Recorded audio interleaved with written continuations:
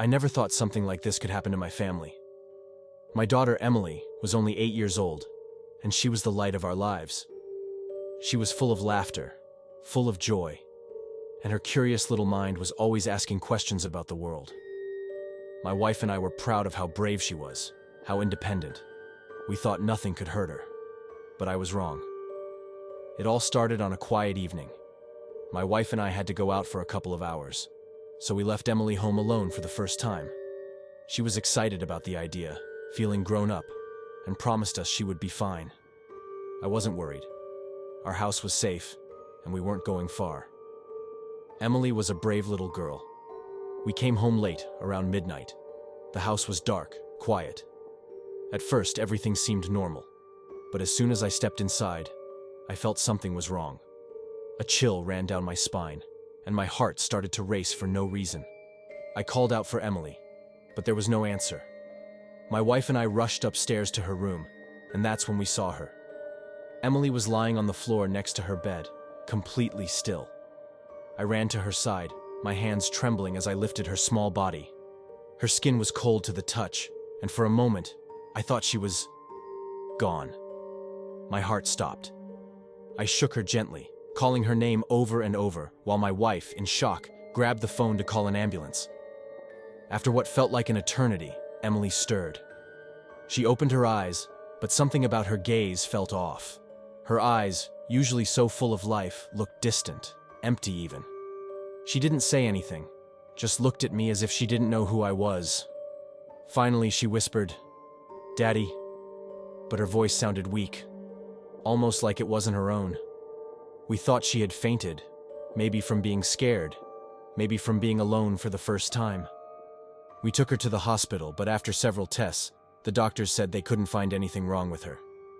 They assured us that she was physically fine, but I knew something wasn't right. I could feel it deep inside. The next few days were strange. Emily wasn't herself. She didn't laugh or play the way she used to. She was quiet, distant.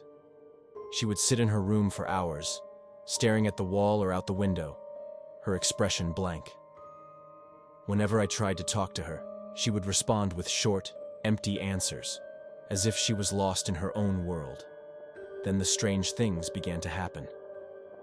At first, it was small things. Lights flickering, doors creaking open by themselves. I brushed it off as coincidences. But then it got worse. At night, I would hear whispers. At first, I thought it was just the wind or my mind playing tricks on me. But the whispers grew louder, clearer. They sounded like Emily's voice, but the words were strange, words she would never say. One night, I heard footsteps in the hallway. I got up to check on Emily, thinking maybe she was walking in her sleep.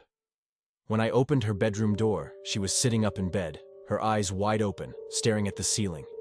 "Emily?" I whispered. She didn't respond. She didn't even blink. I walked closer, and then she spoke. But it wasn't her voice. The voice that came from her mouth was deep, cold, and it made my blood run cold. "Daddy," the voice said, "why are you afraid?" I froze. It wasn't Emily. It couldn't be. I stepped back, my heart pounding in my chest, and then she laughed. A low, eerie laugh that sent shivers down my spine. I ran out of the room, my mind racing, not knowing what to do. I told my wife about what happened, but she thought it was just a bad dream. She didn't believe me. But I knew what I heard. I knew something was wrong with Emily. The next few nights were terrifying. Emily would talk in her sleep, but it was never her voice. Sometimes I would hear her walking around the house late at night, but when I checked, she would be fast asleep in her bed. The whispers in the house grew louder, more frequent. I felt like I was losing my mind. Then, one night, everything changed. I was sitting in the living room when I heard Emily's voice again, calling me from her room. This time, it sounded like her. But something about it was wrong. Too sweet, too calm. I walked to her room, my hands trembling. As I opened the door, I saw her standing in the middle of the room, facing the window. "Emily?" I called softly. She turned to face me, and I saw her eyes. They weren't her eyes anymore. They were black, hollow, like endless pits of darkness. "Daddy," she said in that same cold voice. "She's gone now. I'm here." Before I could react, Emily collapsed to the floor. I rushed to her side, but this time she didn't wake up. Her body was cold again, and no matter how much I shook her, how much I called her name, she didn't move. The next morning, Emily was gone. She died that night. The doctors said it was sudden, a condition they couldn't explain. But I knew the truth. Something had taken her from us. Something dark. Something evil.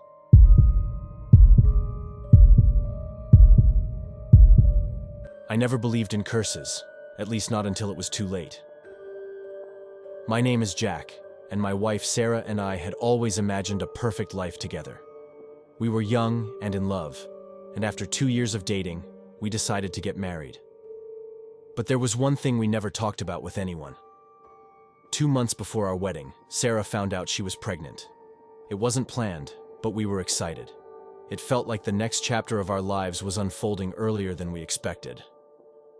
We decided to keep the pregnancy a secret, thinking we'd announce it after the wedding. But our happiness didn't last. One night, as Sarah was about 8 weeks pregnant, she woke up screaming in pain. We rushed to the hospital, but there was nothing they could do. The doctor told us we had lost the baby. It felt like the world had crumbled beneath us. We had to pretend like nothing had happened, move on with the wedding as if everything was normal. That was when things started to change. Sarah seemed different after the miscarriage. She was quieter, more distant. But I thought it was just the grief. A few weeks after the wedding, she began having strange dreams. Every night she would wake up in a cold sweat, telling me about a woman standing at the foot of our bed, whispering. Sarah could never hear what she was saying, but the woman's face was pale and gaunt, and her eyes were hollow. I tried to comfort her, telling her it was just a nightmare, but deep down, I knew something wasn't right. The dreams didn't stop. In fact, they got worse. Sarah said the woman would get closer to her every night, her whispers growing louder, her face more twisted. One night, I woke to find Sarah standing in the middle of our bedroom, staring at the wall, muttering to herself. I called out to her, but she didn't respond. When I touched her shoulder, she snapped out of it, but she looked at me with eyes I barely recognized. Cold, distant, as if something else was looking through her. Things in the house started to feel wrong. It was small at first, objects moving on their own, strange noises in the night. But soon, we began hearing the crying. It would start just after midnight, faint at first, like a baby's wail coming from far away. It would grow louder, echoing through the house. But when we searched every room, there was nothing there. Sarah started getting sick. She was pale, always exhausted, and no matter what we did, she couldn't seem to shake the feeling of being watched. Then, one night, she woke me up in a panic, clutching her stomach. "She's here," she whispered, her voice shaking. I looked around the room, but it was empty. "Who's here?" I asked, trying to calm her down.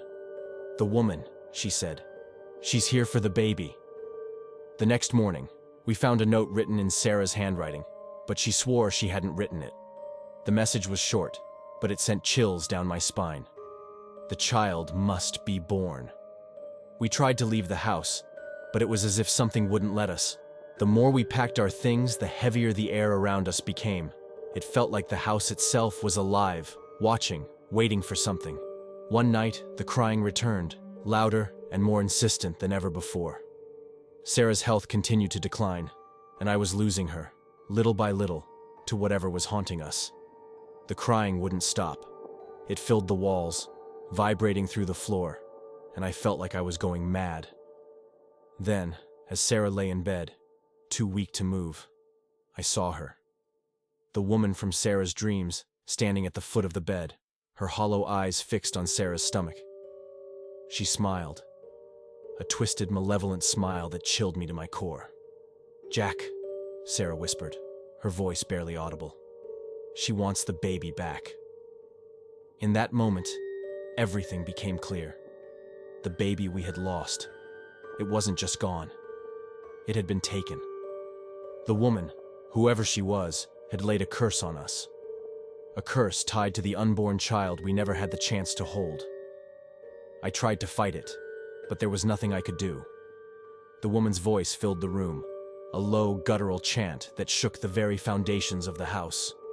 Sarah screamed as her body convulsed, her hands clutching her stomach in agony. Then, everything went silent. When I looked down, Sarah's breathing had stopped, her eyes wide open, staring into nothingness. The room grew cold, and in the corner, I saw it. A small, shadowy figure. It didn't make a sound, but I knew it was the child we had lost. It stood there, watching, before disappearing into the darkness. The house remains empty now, abandoned. No one will ever understand what happened here, and I can't bring myself to tell anyone. All I know is that the curse is real, and it took everything from me. And sometimes, in the dead of night, I still hear the crying.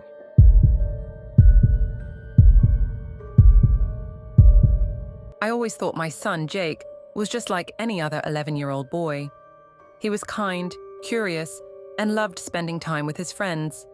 But one day, something changed. It started on a normal Tuesday. Jake came home from school, but he wasn't his usual cheerful self. He was quiet, almost too quiet. His backpack seemed heavier than usual, and his clothes were dirty, as if he had been playing in the mud. I asked him what happened at school, but he just shrugged and said, "Nothing, Mom." At first, I didn't think much of it. Maybe he had a bad day. Kids his age sometimes just don't feel like talking. But over the next few days, I noticed other strange things. He stopped talking about his friends, and when I asked about them, he would avoid eye contact. His once bright smile was now rare. He spent more time alone in his room, and when I asked him what he was doing, he would quickly hide something under his bed. Then, one evening, I was cleaning his room when I found something that didn't belong to him. It was a small toy car, but I knew it wasn't Jake's. I had never seen it before. It was old, scratched, and dirty. I thought maybe he had traded it with a friend, but when I asked him, his reaction was strange. His face turned pale and he quickly grabbed the car from my hand. "It's mine," he shouted, his voice trembling. I had never seen him act like this before. "Jake, calm down," I said softly, trying to ease his panic. "If it's yours, then okay, but where did you get it?" He didn't answer. He just stared at me with wide eyes, gripping the toy tightly in his hand. I decided to let it go for the moment, but deep down, I knew something was wrong. The next day, he came home with another strange item, this time a necklace. I knew for sure it wasn't his. I had seen that necklace before. It belonged to one of his classmates, a girl named Sarah. I had met her mother a few times at school events. "Jake, why do you have this necklace?" I asked, my heart starting to race. "I found it," he mumbled, not looking at me. "Jake, this isn't yours. It belongs to Sarah. You need to give it back." He didn't respond. He just walked to his room and shut the door. I stood there, feeling a cold shiver run down my spine. What was happening to my son? As the days passed, more strange things began to happen. I would hear Jake talking to someone in his room, but when I opened the door, he was always alone. He stopped sleeping well, waking up in the middle of the night, screaming from nightmares he couldn't explain. And every time I asked him what was wrong, he would just say, "I'm fine, Mom." But his eyes told a different story. One night, I couldn't take it anymore. I stayed up late, listening outside his room. Around midnight, I heard him whispering again. But this time, the voice I heard wasn't his. It was deep, too deep for a child. My heart pounded in my chest as I slowly opened the door. Jake was sitting on his bed, his back to me, whispering in a language I didn't recognize. I called his name softly, but he didn't turn around. I stepped closer, and that's when he finally looked at me. his eyes. They weren't his. They were dark, almost black, and filled with something I can only describe as evil. "Jake," I whispered, my voice shaking. He smiled, but it wasn't his smile. It was cold, twisted. "He's not here," he said in that strange, deep voice. I froze, unable to move or speak. This wasn't my son. Something was inside him, something dark. Over the next few days, I tried to find help. I went to the school, spoke to his teachers, and even called a doctor. But no one believed me. They said Jake was just going through a phase, that he would grow out of it. But I knew better. The thing inside my son was growing stronger. I could feel its presence in our house, watching, waiting. Then, one night, it happened. I was asleep when I heard a loud crash from Jake's room.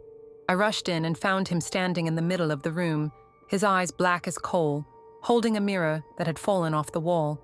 His reflection in the mirror wasn't his own. It was something else, something terrifying. "Mom," he said, his voice cold and empty. "I'm not alone anymore." I knew I had to do something. I couldn't let whatever this was take my son away from me. I spent the next few days researching, trying to find a way to free Jake from this evil. I learned that sometimes spirits or dark entities can attach themselves to children, using them as a vessel to return to the world of the living. I don't know how this thing found Jake, but I knew I had to fight it.